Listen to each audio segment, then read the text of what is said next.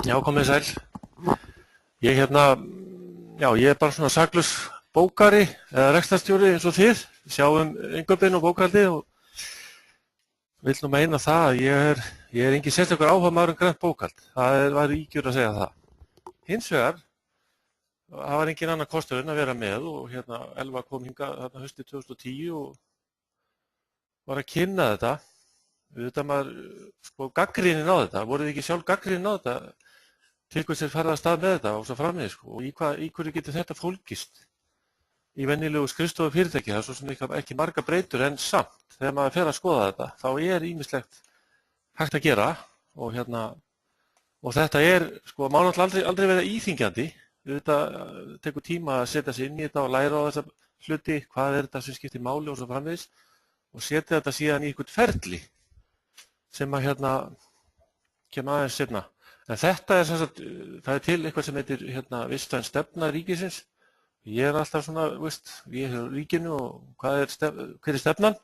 Maður vill alltaf vera að sjá hvað heildina að hugsa. Það er líka eðli starfsemi ríkiskaupa að vera svona fyrir heildina. Þessi málsgrein er inn í stefnunni og þarna stendur að reyna að velja þá vöru sem er grænni en önnur, síður skaðleg og svo framvegis. Og svo líka, og ber sama eða lægri líftímakostnað. Þetta er allt, það er ekki verið að segja mann eitt. Þetta er að reyna að fylgja þessari grænu línu. Og það er það sem við erum að gera í þessu. Nú þarna í þessum verklagsreglum, þetta er náttúrulega algjört lykilatriði. Og sumt af þessu eru basically ekkert endilega bara grænt, heldur þetta bara góðar verklagsreglur. Þeir sem hafi kannski átt samskipti við ríkisendurskoðun í uppgjörum til dæmis. Þeir taka oft út svona verklag, hvernig gerir þið þetta, hver er að kaupa inn og hver er að bóka og hver er gjaldkeri og allt þetta, bara út praktis og maður sletti. Þetta er bara hluti af því og ef við erum ekki búin að taka þetta í gegn, þá er þetta bara algjörlega fyrsta atriði að fara í gegn. Hvernig er þessum hlutum háttað? Beiningum, verðfyrirspurnir, útboð, rammasamninga og svo framvegis. Ég heyrði þið voru að tala um samningana, hvað er keypt eftir samningum. Við hjá okkur, ég er bara búin að fara í gegnum hverjir eru birgjar í þessum venjulegu rekstrarvörum. Þannig er allt, við kaupum allt í gegnum rammasamningana. Allar rekstrarvörur, þið gerir það örugglega líka.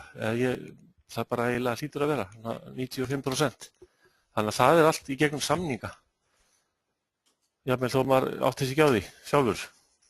En sem sagt, ég var skeptískur og er enn í sjálfu sér.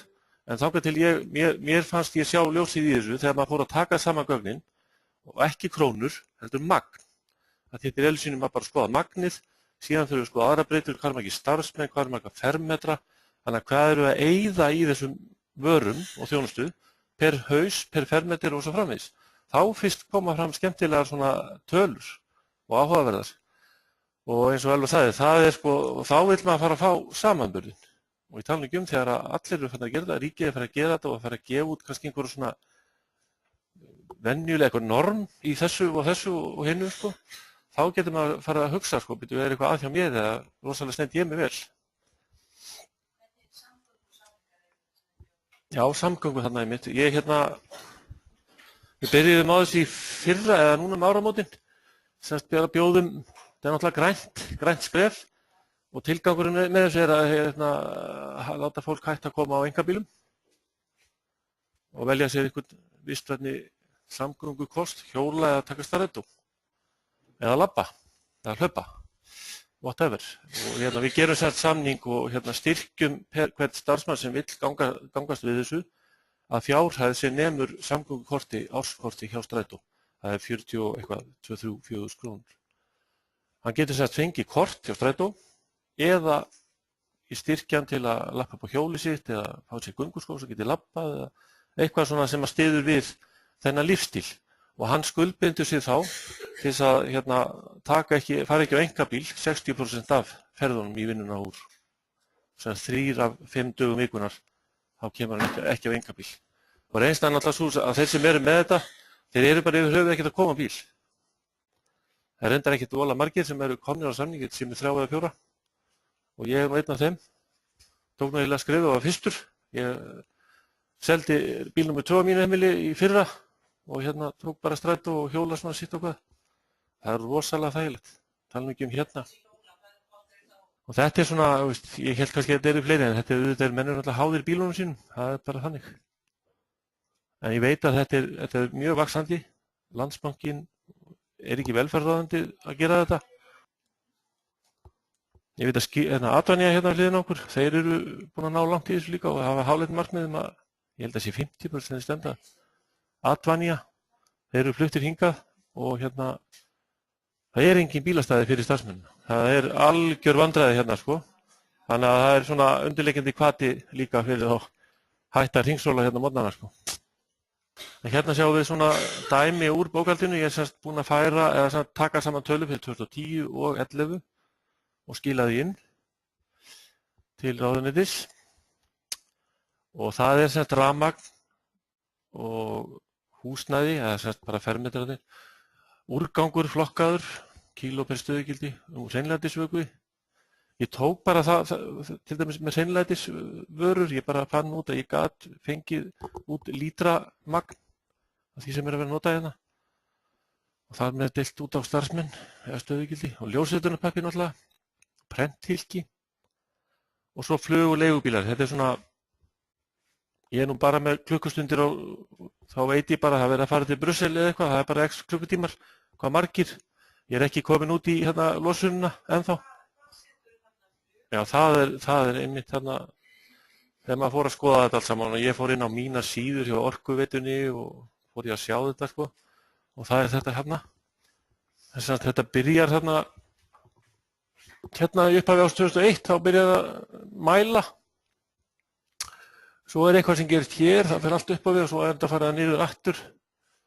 Það var, ég er ekki alveg, ég held að þetta sé, ég er með hérna, ég vista eða hýsi nokkra netþjóna hérna fyrir framkvæmdasýsluna líka. Það kom inn þarna á þessu ári, það sem þetta fer upp, þetta eru orkufrekar græjur. Það var það sem að gerist. Og hérna síðan hefur þeim fækkað aftur reyndar og komni nýjir og orku meiri, semst þeir eyða minna. En þarna sá maður sko, rosalega er maður að eyða, maður er rafmagnssóði eða þannig. Og þá fór maður náttúrulega líka að skoða perurnar og alltaf ljósin á klósetti og hér og þar sko. Þannig að það er, bara að vera farin að hugsa þetta, taka saman þessa tölfræði, það setur maður svona eitthvað í gang hérna á bakvið, maður getur sparað. Þannig að faldir liðir hér og þar. Já, þeir farið bara inn á síðuna hjá orku.or.is og þar er eitthvað sem heitir mín síða við horninu. Bara nýskráið ykkur þar, ef þið eru ekki þegar konum með þetta. Þetta hangi með kennitölunni greiðanda. Og þá getur maður séð allt er varðar rafmagnið. Frekar sniðugt og líka fyrir ykkur sjálf, heimilin, talum ekki um það. Maður er alltaf líka að pæla í þessu.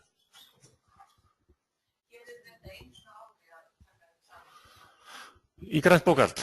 Já, þetta er lykilspurning. Já, sko, ég geri það einu sinni á ári, en ég er búinn að sagt í verklaginu, ég er búinn að koma því þannig að þeir sem að bóka reikningana, bókarinn, fer alltaf með reikningin sem hún veit hvaða reikningar þetta eru, fer fram í ljóstunarvél eða skanni líka og skannar það og vistar það niður á ákveðið stað á hérna netþjónunum.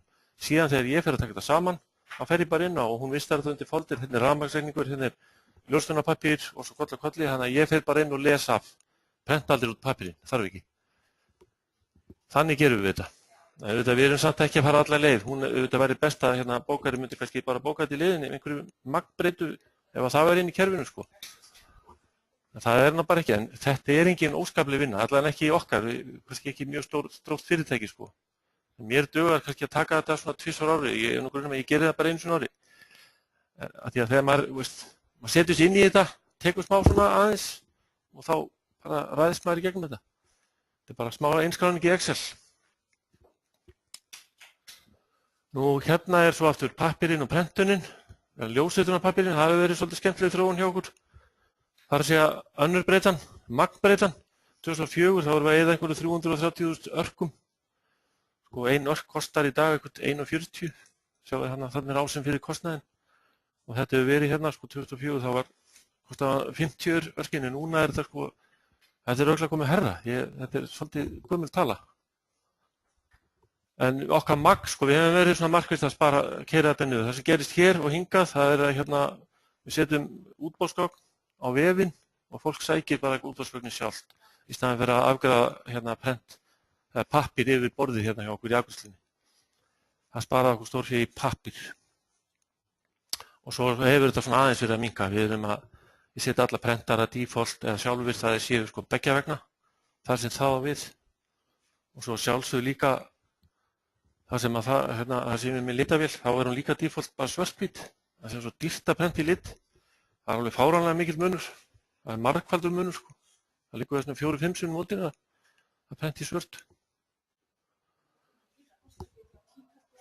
Jú, ég reiknaði einhvern tímann út að svona eins og venjuleg útboðslýsing í okkur, eitthvað svona 20-30 sína plagg sko, í lit, það kostaði eitthvað 300 eitthvað krónur, í svarthvítu, eða 200-300 krónur, nálega 300, en svarthvít sko, það var að innan við 100 kall. Þetta fljótt að koma hjá okkur sko, og við erum með eitthvað fullt af útboðum í gangi og allir að prenta og þannig að þetta er bara stór peningur. Þannig, margt smátt gerir eitt stórt.